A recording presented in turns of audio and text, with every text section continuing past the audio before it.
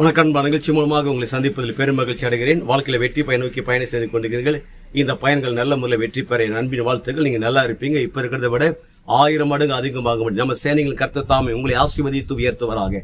நல்லா கவனிச்சு பாருங்கள். ஒரு மிகப்பெரிய எதிர்பார்ப்போடு கூட வாழ்ந்து கொண்டு இருக்கிறீங்க. அதுக்கு அதையே நினைச்சிட்டு இருக்கிறீங்க. அதுக்காக ஒர்க் அவுட் பண்ணிக்கிறீங்க. அதுக்காக முயற்சி எடுக்கிறீங்க. அதுக்காக பல திட்டங்களை தீட்டுறீங்க. நான் சொல்றேன் பாருங்க, சில நேரங்கள் அது காலதாமதமாகுது, லேட் ஆகுது, நடக்கலை. நீங்கள் பிரயாசப்பட்ட நேரங்கள் அது வாய்க்காமல் போகுது. ரொம்ப டல் ஆகிறீங்க. ஆனால் டல் ஆகாதீங்க. நம்பிக்கை மட்டும் கரெக்டாக வச்சுங்க. உங்கள் நம்பிக்கை வீண் போகாதபடிக்கு நீங்கள் சேஃப்டி பண்ணுங்க. அப்படின்றால் என்னென்றால், எந்த காரியத்தை எதிர்பார்க்குறீங்களோ அது இன்னைக்கு நடக்காமல் இருக்கலாம், ஆனால் நாளை நடக்கும் என்ற எதிர்பார்ப்போடுங்க. எதிர்பார்ப்பு தான் ரொம்ப முக்கியம்.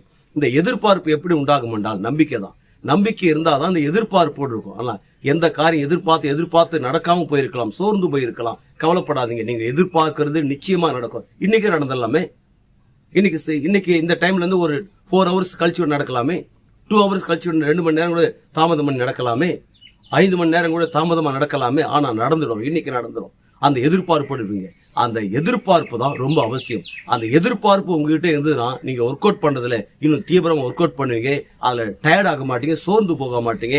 அதில் நம்பிக்கை இருக்குதென்றால் எதிர்பார்ப்போடு காத்துறீங்க. எதிர்பார்ப்பு தான் நம்பிக்கை. அதோடு எதிர்பார்த்துனீங்க. நிச்சயமா உங்களுக்கு நடக்கும். உங்களுக்கு நடக்க வேண்டியது யாரும் தடுத்து நிறுத்த முடியாது. அது உங்களுக்கு நிச்சயம் நடக்கும். ஏன்னா சொன்னதை செய்து முடிக்கிற வரைக்கும் கைவிட மாட்டேன்னு சொன்ன ஆண்டவர் உங்க கூட இருக்கிறார். உங்க நிச்சயம் நிறைவேறும். அப்படி நிறைவேறும் என்ன நடக்குதுமா? ஒட்டுமொத்த உலக நாடுகளுக்கு நாம் ஆண்டவர் இயேசு கிறிஸ்து உங்களை கடன் கொடுக்க முடியாத வைக்கிறார். நீங்கள் வற்றாத நீரூற்றை போல் இருப்பாய் என்று சொல்லி உங்களிருந்து விடைபெறுகிறேன்.